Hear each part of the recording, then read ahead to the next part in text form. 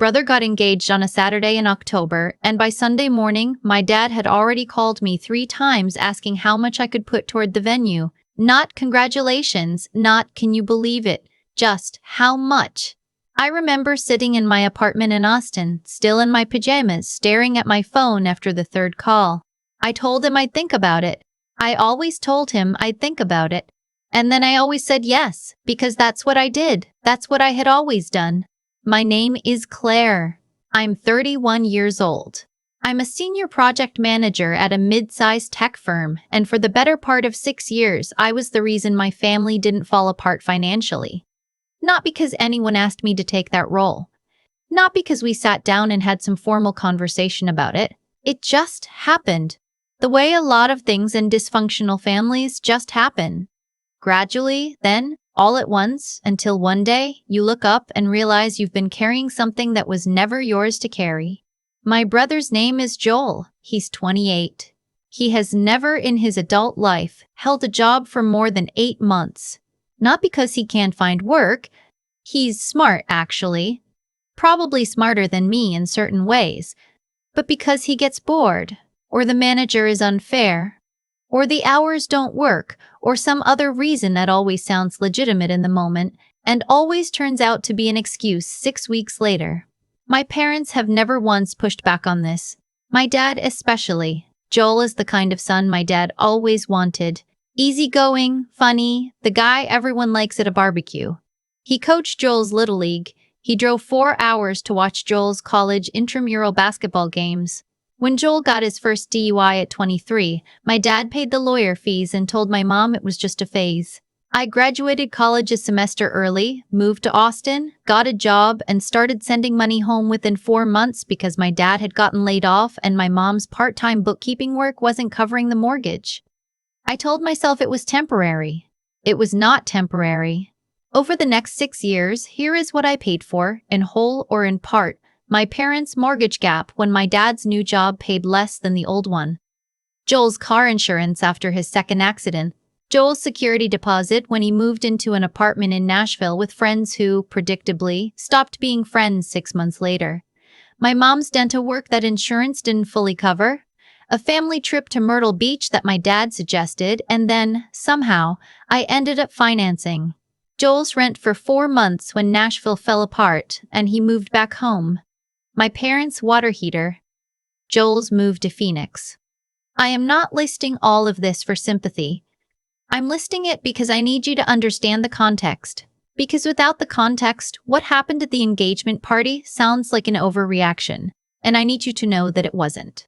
The engagement party was held at my parents' house in Clearwater, Florida in late March. I flew in from Austin. I bought a new dress.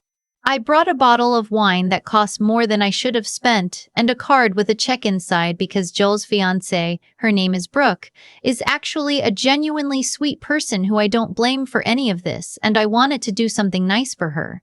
The party was about 40 people. Neighbors, relatives, some of Joel and Brooke's friends. My aunt had driven up from Tampa. There was a caterer, which surprised me. I didn't know my parents had hired a caterer, and later I found out my dad had put it on a credit card he was planning to ask me to help pay off. I didn't know that yet. I found that out later. The evening was fine mostly. I talked to my aunt, helped my mom carry some things in from the kitchen, made small talk with Brooke's parents, who seemed like lovely, normal people who had no idea what they were marrying their daughter into. Joel was in full performance mode. Charming, loud, the center of every room. My dad kept refilling people's drinks and laughing that big laugh he has. Around 8 o'clock, my dad tapped a fork against his glass and gave a toast. This is the part I need you to really picture. He talked about Joel being born, about coaching his baseball teams, about how proud he was watching him grow into a man. He talked about Brooke and how perfect she was for his son. And then, and I want to be precise here because I've replayed this enough times that I have it memorized, he said, I always knew that if I could raise one kid who turned out right, I'd consider myself a successful father. And Joel, you are that kid. The room laughed. A few people clanked glasses. Brooke looked touched. I was standing 6 feet away, holding a glass of Chardonnay. My dad never looked at me once during that entire toast. My mom was seated at the table closest to him. I looked at her when he finished. She was smiling and clapping. She met my eyes for exactly 1 second, and then she looked away. I set my glass down on the nearest flat surface. I hugged Brooke, told her congratulations, and I said I wasn't feeling well and needed to step outside. I sat in my rental car in my parents' driveway for 20 minutes. Then I drove to my hotel. I didn't cry, actually. That surprised me. I thought I would. I just sat in that hotel room in Clearwater and felt something go very, very quiet inside me. My phone lit up around 10:30. It was my mom. I let it go to voicemail. She called again at 11.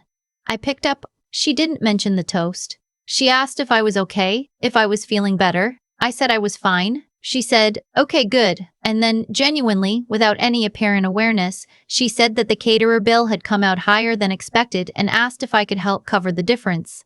It was around $600. I said, "Let me think about it." She said, "Of course, sweetheart, no rush." There was no rush because she assumed the answer was yes. It had always been yes. I lay in that hotel bed for a long time that night. I thought about the toast. I thought about my dad's face during it. Happy, genuine, proud, and how that pride had nothing to do with me, had never had anything to do with me. I thought about 6 years of wire transfers and Venmo payments and checks mailed to Clearwater. I thought about my own savings account, which was not where it should be for someone my age with my salary, because a meaningful portion of what I had earned had left my account and entered theirs. And I thought about something one of my close friends had said to me about 8 months earlier, when I'd mentioned offhandedly that I was helping my family out with some expenses. She'd looked at me for a moment and said, "Claire, do they know what it costs you?" And I'd said, "What do you mean?" And she'd said, "Like, do they actually know? Or do they just know that you say yes?" I hadn't answered her at the time. Lying in that hotel room, I finally knew the answer. They had never known what it cost me. They had never asked, and the reason they had never asked is that they didn't need to know. The yes was going to come regardless. I flew back to Austin the next morning. I didn't stop by the house to say goodbye. Over the next 2 weeks, I did something I had never done in 6 years, which is, I got organized. I pulled up my bank records going back to when I first started sending money home. I made a spreadsheet. Not to do anything with it, I wasn't planning to present it to anyone, but because I needed to see it. I needed to see the actual number. The actual number was not small. I also called my own financial advisor for the first time in over a year. She walked me through where I should be, retirement contribution-wise. At 31, I was behind. Not catastrophically, but meaningfully. Years of compound growth that I had not let my money do because my money had been going to Clearwater. I made some decisions. The first decision was about Joel's wedding. My dad had already called twice to discuss logistics, which I understood to mean, how much are you contributing and when? I called him back and told him I wouldn't be contributing to the wedding expenses. There was a pause. He said, "What do you mean?" I said, "I mean, I'm not able to help pay for the wedding. I'll be there as a guest, and I'm happy to give them a gift, but I can't contribute to the costs." Another pause. Then, "Claire, this is your brother's wedding." I said, "I know." He said, "Your mother and I can't cover all of it." I said, "I understand." He said, "So what are we supposed to do?" I said I wasn't sure, but that I had confidence they'd figure it out. I kept my voice very calm. I had practiced this. He said, "I don't know what's gotten into you," and he hung up. My mom called an hour later. She was gentler about it, more confused than angry. She asked if something was wrong. I said no. She asked if it was about money, like maybe I was having financial trouble, and she said it in this careful, concerned way that made it clear she genuinely couldn't fathom any other reason I might say no. In her mental model of me, the only possible explanation for refusal was incapacity. I said, "I'm not having financial trouble. I've just made some different choices about how I'm managing my money." She was quiet for a moment. Then she said, "Well, I hope you'll reconsider. Family takes care of each other." I didn't point out the irony of that. I just said I'd talk to her soon, and I got off the phone. What happened over the next 6 weeks was instructive. My dad called 3 more times, each time slightly more frustrated than the last. My aunt? the one from Tampa, texted me to say she'd heard I was going through something and that I should remember what matters in life. Joel himself called once, which genuinely shocked me. Because Joel had not called me just to talk in probably 2 years. He was not unkind about it. He said he understood if things were tight and that he didn't want any weirdness between us. I actually appreciated that call. I told him things weren't tight, I just made some decisions. He said okay. He sounded uncertain. We hung up. My mom escalated slowly. The calls became more frequent. The tone shifted from concerned to guilt-oriented mentions of how hard she and my dad had worked, how much they'd sacrificed, how family was supposed to mean something. I listened. I didn't argue. I didn't defend myself with the spreadsheet I had made or the number I had calculated or the financial advisor's notes on my retirement projections. I just listened and said I understood. I understood. I just wasn't changing my answer. 3 months after the engagement party, my dad called on a Tuesday evening. I almost didn't pick up. I'm glad I did because what he said changed the nature of this story. He was clearly agitated from the first word. He said they'd gotten a quote for the venue Joel and Brooke wanted, and it was more than they could do, and he needed me to step up because that's what family does. And then he said, and again, I want to be precise, I don't know why you're being so selfish. Joel has never asked anything of you. I want you to sit with that for a second. Joel has never asked anything of you. Joel, for whom I had paid 4 months of rent in Nashville. Joel, whose car insurance I had covered after his second accident. Joel, whose security deposit I had wired when he moved to Phoenix. Joel had never asked anything of me. I said, Dad, I need to tell you something. He said, what? I said, for the last 6 years, I have contributed financially to this family in a significant way. I've helped with the mortgage, with Joel's expenses, with things around the house. I've done that willingly and I've never asked to be paid back. But I have a spreadsheet that shows what I've contributed, and I want you to know that I've seen it and I know what it is. Joel has asked plenty of me. You've asked plenty of me. I've said yes every time, and that's my responsibility. But I'm making different choices now, and I'd appreciate it if you'd respect that. He was quiet for longer than I expected. Then he said, no one asked you to do any of that. There it was. I said, you're right. You didn't have to ask. And I got off the phone. I want to be honest about what that felt like because I think people expect a moment like that to feel triumphant. It didn't. It felt like putting down a bad that had been cutting into your shoulder for so long that the relief and the ache were exactly the same sensation. I cried that night.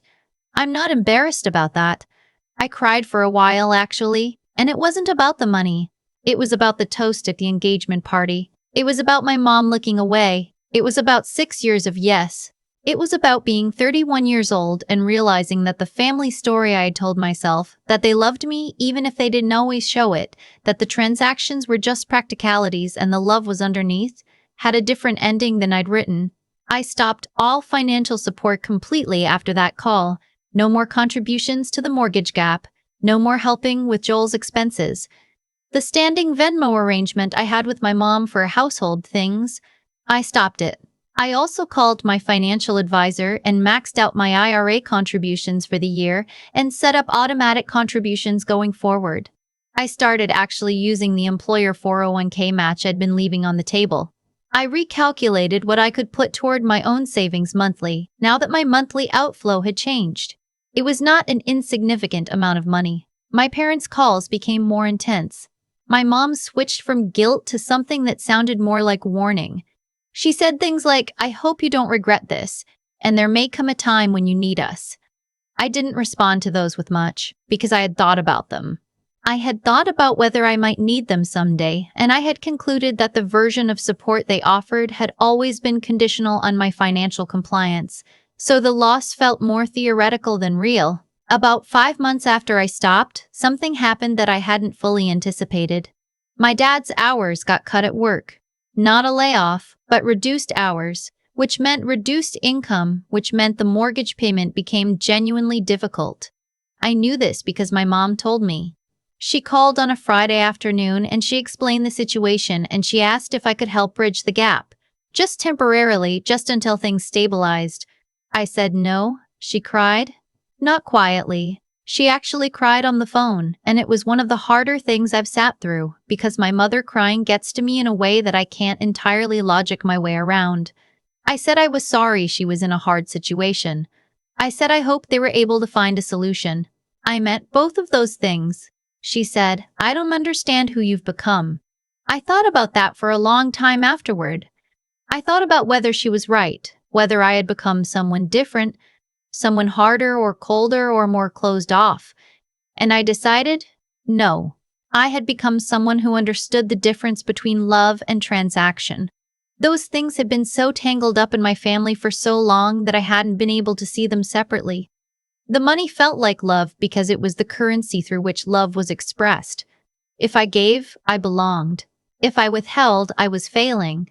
That's not love. That's a toll. I went to Joel and Brooke's wedding in September. They found a venue they could afford, smaller than what they originally wanted. A nice event space at a restaurant outside Tampa. Brooke's dress was beautiful. Joel cried when she walked down the aisle, which surprised me and made me feel something uncomplicated and good for the first time in a long while. My dad gave a toast. He talked about Joel and Brooke and their future. He talked about being proud. He didn't mention me. I sat at my table and I ate my salmon and I drank my wine and I let it be what it was. At the end of the night, Brooke found me and hugged me for a long time and said she was glad I was there. I told her I was glad too, and I meant it. Joel shook my hand and then hugged me and said something quietly in my ear. He said, I know I've put you in tough spots. I'm sorry about that. I don't know if he fully understood what he was apologizing for. But I accepted it. I drove back to my hotel that night alone, and I thought about who I was before all of this. Before the spreadsheet, before the engagement party, before the phone call where my dad told me no one had asked me to do any of it. I thought about the version of me that had been sending money home and telling herself it was fine, telling herself they loved her underneath all of it, telling herself that saying yes was the same thing as belonging somewhere. That version of me was not wrong to love them. She was just wrong to think that the love was being returned in kind. I'm not estranged from my family. I talk to my mom occasionally. Joel and I text sometimes, more since the wedding, actually. My dad and I haven't had a real conversation since the phone call, and I think we both understand that the conversation we'd need to have isn't one either of us is ready for yet. My savings account is the healthiest it's been since I started working. I hit my emergency fund target last month for the first time in my adult life. My retirement contributions are where they should be.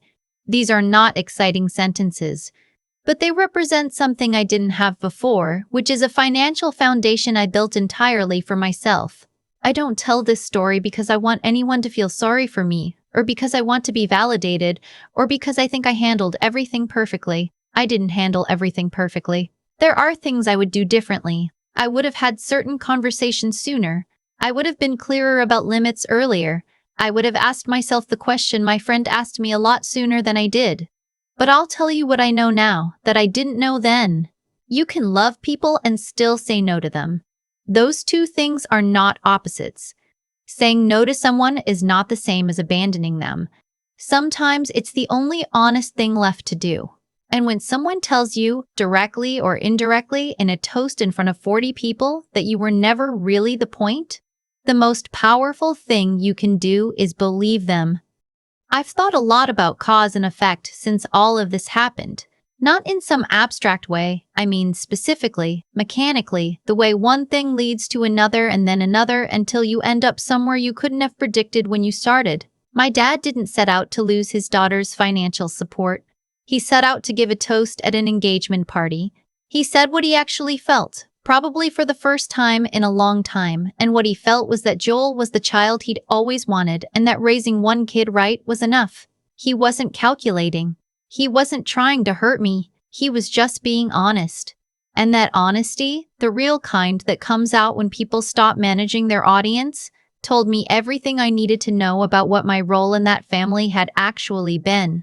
That's the thing about cause and effect that people miss. It's not always dramatic. Sometimes the cause is just a man tapping a fork against a glass and saying something true, and the effect ripples out from there. A woman sitting in a rental car in her parents' driveway, then a hotel room, then a spreadsheet, then a phone call, then a savings account that finally looks the way it's supposed to. What I had to learn, and it took longer than I'm proud of, is that intelligence without honesty is just a more sophisticated way of lying to yourself.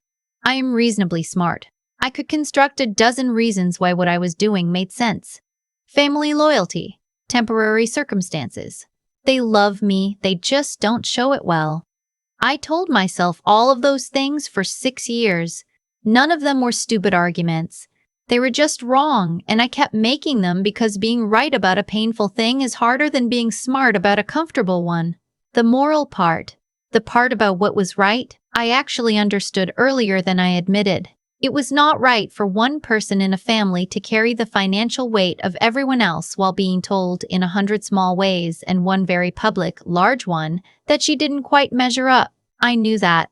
I just didn't act on it because acting on it required a kind of courage that I hadn't yet decided I was allowed to have. That's what I'd call the third piece, the endurance part. Not endurance in the sense of gritting your teeth and surviving something hard. Endurance in the sense of staying committed to a decision that nobody around you is supporting, through weeks of phone calls and guilt and your mother crying and your aunt texting about what matters in life. That kind is harder, because the pressure is relational rather than circumstantial. It asks you to hold a boundary against people you actually love. That is not easy. I want to be clear that it is not easy. But it is possible, and it becomes more possible the more clearly you understand why you drew the line where you did. Claire, the person I was before all of this, was not weak. She was generous, sometimes to a fault, and she cared deeply about people who didn't always care for her in return. I don't want to undo her.